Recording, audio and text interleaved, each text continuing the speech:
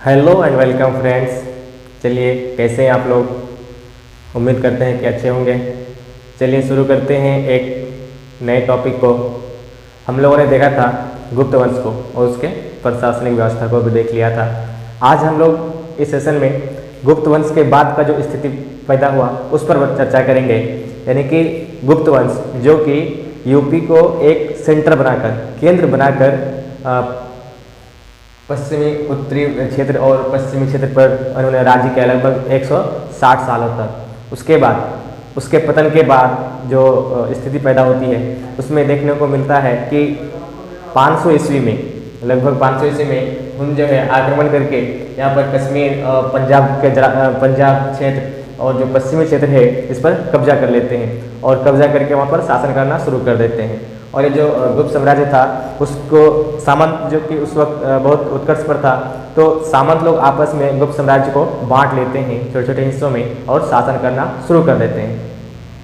उन्हीं सामंत राजाओं में से एक जो वर्धन वंश का स्थापना करते हैं पुष्यवती वर्धन, जो कि हरियाणा के अंबाला जो जिला है उसमें एक जगह है थानेश्वर, वहाँ पर इस वंश की स्थापना करते हैं। और इस तरह से पुष्यवती वंश का स्थापना हो जाता है।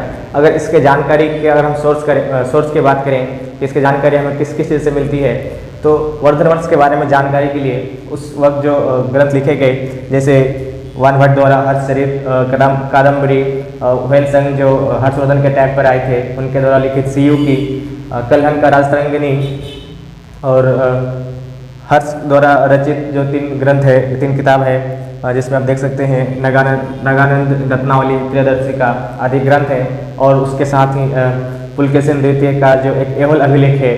तो ये सारे जानकारी के स्रोत हैं वर्धन वंश के बारे में। तो आइए देखते हैं कि इस वंश के जो संस्थापक थे वर्धन वंश के, वो थे पुष्यवती वर्धन।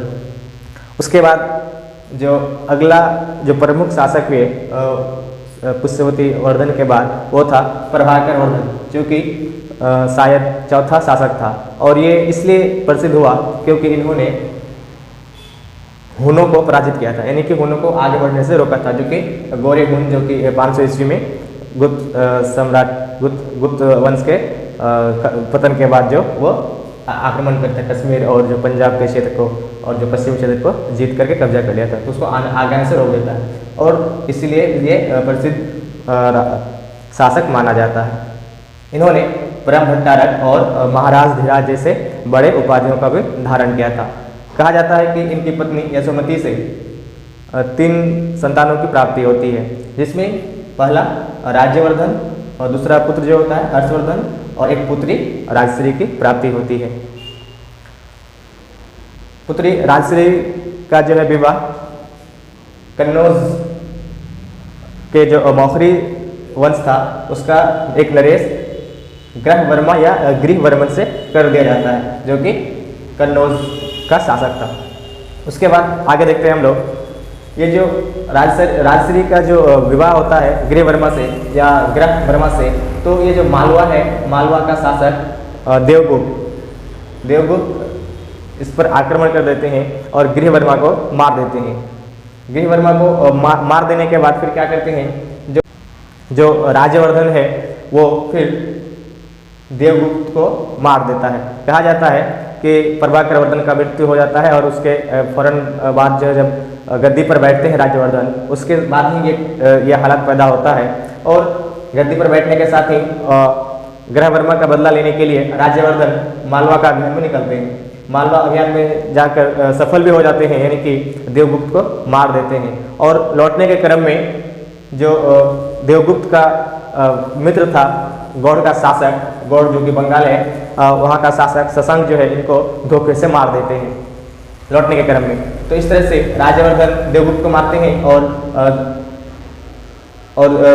शशांक जो है, जो बंगाल का जो शासक था, वो राज्यवर्धन को मार देते हैं। और उसके बाद जो क्या होता है, हर्षवर्धन गद्दी पर बैठते हैं और हर्षवर्धन जो कि 606 ईस्वी में, यानी कि 16 वर्ष की आयु में गद्दी पर बैठते हैं और गद्दी पर बैठने के साथ ही वो शशांक की हत्या कर देते हैं और अपनी राजधानी थानेश्वर से उठा करके कन्नौज लेकर आ जाते हैं, जहाँ से वो अपनी बहन राजश्री के साथ शासन को चलाना शुरू कर देते हैं। चलिए, कन्नौज को राजधानी बना लेते हैं थानेश्वर से उठा करके। और हर्षवर्धन को कई नामों से जाना जाता है, जिनमें मुख्य नाम जो है शिलादित्य, द्वितीय अशोक, अंतिम हिंदू सम्राट, शकलोत्तर पथनाथ आदि कुछ नाम हैं इनके, जिनसे इसको संबोधित किया जाता है। और इनके बारे में भी कहा जाता है कि हर्षवर्धन जो है अंतिम बौद्ध शासक थे, जो कि संस्कृत के जानकार थे। इन्होंने भी ब्रह्म भट्टारक जैसे महान उपाधियों का धारण किया था। और इनका जो क्षेत्र विस्तार था, वर्धन वंश का सबसे ज़्यादा जो है विस्तार हर्षवर्धन के टाइम में ही देखने को मिलता है। यानी कि कह सकते हैं कि वर्धन वंश का जो सुपर हीरो या रियल हीरो था वो हर्षवर्धन ही था। इनके टाइम में जो क्षेत्र था इसका कुछ इस तरह का क्षेत्र विस्तार था, यानी कि यहाँ पर गुर्जरों का शासन था और इस तरह से उनका ये क्षेत्र फैला हुआ था। उसके बाद जो क्षेत्र था उसमें जालंधर, पंजाब, कश्मीर, नेपाल और वल्लभी इनके साम्राज्य में शामिल था। उसके बाद आगे देखते हैं, पाटलिपुत्र और वैशाली का पतन होता है इस दौर में।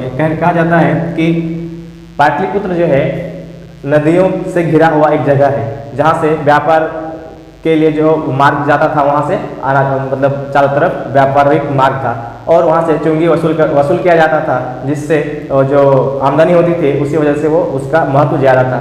लेकिन जैसे ही व्यापार में कमी आती है और मुद्रा का वैल्यू घटता है तो उस वैसे पाटलिपुत्र का भी वैल्यू घट जाता है और उसका जगह कौन ले लेता है, तो उसका जगह कन्नौज ले लेता है, यानी कि जो महत्वपूर्ण जगह बन जाता है कन्नौज। और उसके बाद देखते हैं कि जो वानभट्ट थे हर्षवर्धन के दरबारी कवि, उनके जो रचना है हर्षचरित से हर्षवर्धन के आरंभिक जीवन की जानकारी मिलती है, जिनसे पता चलता है कि हर्षवर्धन जो थे पहले शैव अनुयायी थे और बाद में ह्वेनसन के संपर्क में आने के बाद वो बौद्ध धर्म के महायान संप्रदाय के अनुयायी बन जाते हैं।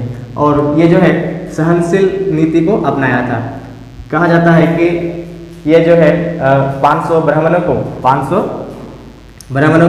और 1000 बौद्ध भिक्षुओं को प्रतिदिन खाना खिलाते थे। उसके बाद देखते हैं, जब ये बौद्ध धर्म को अपना लेते हैं, बौद्ध धर्म ग्रहण करने के बाद वो एक विशाल सभा का आयोजन करते हैं, यानी कि महायान संप्रदाय के जो सिद्धांत है उसके प्रचार प्रसार के लिए। और यह जो विशाल महासभा होता है वो कन्नौज में किया जाता है। कहा जाता है कि यहाँ पर 20 देशों के लोग शामिल हुए थे, जिसमें ह्वेनसन भी शामिल था और कामरूप जो कि एक आसाम का क्षेत्र है, यहाँ का राजा भास्कर वर्धन भी शामिल हुआ था इस सभा में। इसके बाद जो अगला एक सभा हुआ था और वो प्रयाग में हुआ था, प्रयाग के संगम में, जहाँ पर जिसको कि महामोक्ष परिषद भी कहा गया। और इसमें कहा जाता है कि जो प्रत्येक 5 साल में आयोजन करवाया जाता था। इसमें सामंत लोग, अधिकारी और मंत्री लोग शामिल हुए थे और इन्होंने इस प्रयाग में जो सम्मेलन हुआ, इसमें अपने शरीर के वस्त्र को छोड़ करके बाकी सारी चीज़ों को दान में दे दिया था। उसके बाद हर्ष के द्वारा जो रचना किया गया था नागानंद, रत्नावली और प्रियदर्शिका, ये हर्षवर्धन के रचना है। लेकिन कहा जाता है, कुछ इतिहासकार मानते हैं कि जो समुद्रगुप्त के वक्त से जो एक परंपरा चला रहा था, राजा अपने आप को अपने ख्याति को दिखाने के लिए, जो अपने आप को कविराज का भी मतलब सम्मान दिलाने के लिए वो अपने ही किसी दरबारी से लिखवा लेते थे दान स्वरूप और अपने नाम करवा लेते थे। तो कहा जाता है कि धावक नाम का जो व्यक्ति था उनसे लिखवा करके उन्हें कुछ उपहार दे करके उसमें अपना नाम लिखवा लिया था। उसके बाद वानभट्ट जो कि थानेश्वर का निवासी था, वो हर्षचरित और कादम्बरी जैसे किताबों को लिखते हैं। उसके बाद हर्षवर्धन जो है गुर्जरों को हराया था, जो कि गुर्जरों का जो ये क्षेत्र था इसको हराया था, लेकिन वहीं पुलकेशिन द्वितीय से हार गया था, जिसका प्रमाण हमें एवल अभिलेख से मिलता है। 634 ईस्वी का एवल अभिलेख और नर्मदा नदी के तट पर वो हार जाते हैं। ये जो पुलकेशिन द्वितीय है, ये वर्तमान का जो महाराष्ट्र और कर्नाटक का जो क्षेत्र है, यहाँ पर एक विशाल क्षेत्र में शासन करता था, यानी कि यह भी एक शक्तिशाली राजा था।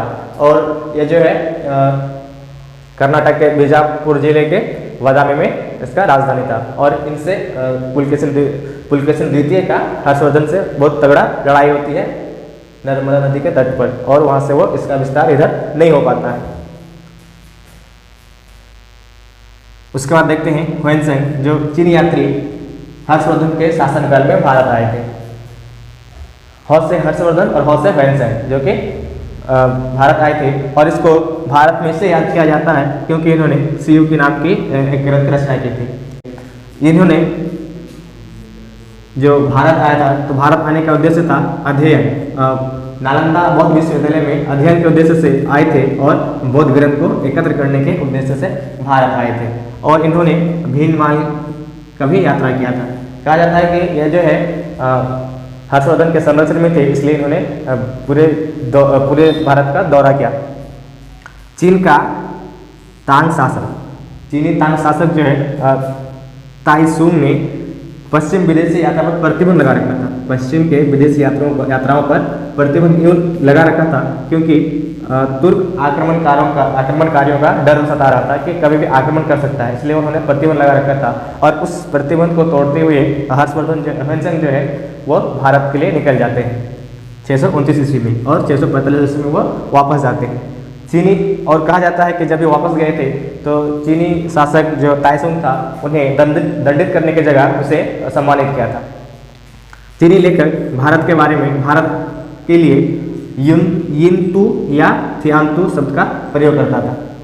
उसके बाद ह्वेनसेंग के शासनकाल में ही मथुरा जो था सूती वस्त्र के लिए प्रसिद्ध था, और वाराणसी रेशम वस्त्र के लिए प्रसिद्ध था। लेकिन उसमें रेशम के लिए कौशे शब्द का इस्तेमाल किया गया है। अगर हम इसके प्रशासन की अगर बात करें तो इसका जो व्यवस्था था, प्रशासन की व्यवस्था था, वो अधिक सामंतिक और विकेंद्रीकृत था। और यहाँ पर जो है ना विधि व्यवस्था बहुत अच्छा नहीं था ह्वेनसेंग के अनुसार, क्योंकि ह्वेनसेंग जो है कई बार ह्वेनसेंग का जो माल असबाब है डाकुओं के द्वारा लूट लिया जाता है। इसलिए वो कहते हैं कि हर्षवर्धन का जो व्यवस्था था वो बहुत अच्छा नहीं था। उसके बाद अगर इसका सैन्य शक्ति की अगर बात करें तो इसके पास 1 लाख घोड़े थे और 60,000 हाथी था। जबकि कहा जाता है कि अचरज वाली बात है कि मौर्य शासक जो कि मौर्य साम्राज्य था, इससे विशाल साम्राज्य था, और उसके पास मात्र 30,000 घोड़े थे और 9,000 हाथी था। और यहाँ पर बताया जा रहा है कि हर्षवर्धन के पास 1 लाख घोड़े थे। अगर वहाँ के सामाजिक स्थिति की अगर बात करें तो जो पुरोहितों को जो जमीन दान देने की प्रथा थी वो अभी भी चला आ रहा था, और पुरोहितों को जो कर्मयुक्त जमीन दिया जाता था उसे अग्रहर कहा गया। और साथ ही इतना ही नहीं, यहाँ पर पदाधिकारियों को भी पुरस्कार और वेतन के रूप में जमीन दिया जाने लगा, जागीर दिया जाने लगा शासन पत्र जारी करके। और क्योंकि इस हर्षवर्धन के दौर में सिक्के का बहुत ही कम प्रचलन था, यानी कि सिक्के बहुत कम मात्रा में ढाले गए। अगर इसका आर्थिक स्थिति की बात करें तो जो राजस्व का जो सीमा था हर्षवर्धन के दौर में काल में वो 1/10 से लेकर के 1/6 था, यानी कि 1/6 से 1/10 से राजस्व कर की प्राप्ति करता था। और राजकीय आय, यानी कि जो आय प्राप्त होता था, राजकीय आय को जो खर्च किया जाता था उसको 4 हिस्से में बांट करके ही खर्च किया जाता था, जिसमें पहला हिस्सा राजा अपने पर खर्च करते थे, दूसरा हिस्सा पदाधिकारियों पर खर्च करते थे, तीसरा हिस्सा धार्मिक कार्यों पर खर्च होता था, और चौथा हिस्सा विद्वानों पर या फिर कहा जाता है कि शिक्षा पर खर्च होता था। यहाँ के सामाजिक जीवन की अगर बात करें तो ब्राह्मण और क्षत्रिय सादा जीवन जीते थे, वहीं सामंत और पुरोहित विलासपूर्ण जीवन जीते थे। और शूद्र को जो है इस ह्वेनसेंग ने बताया, कृषक के तौर पर बताया, ये भी बताया कि क्षत्रिय लोग भी कृषि कार्य करने लगे थे।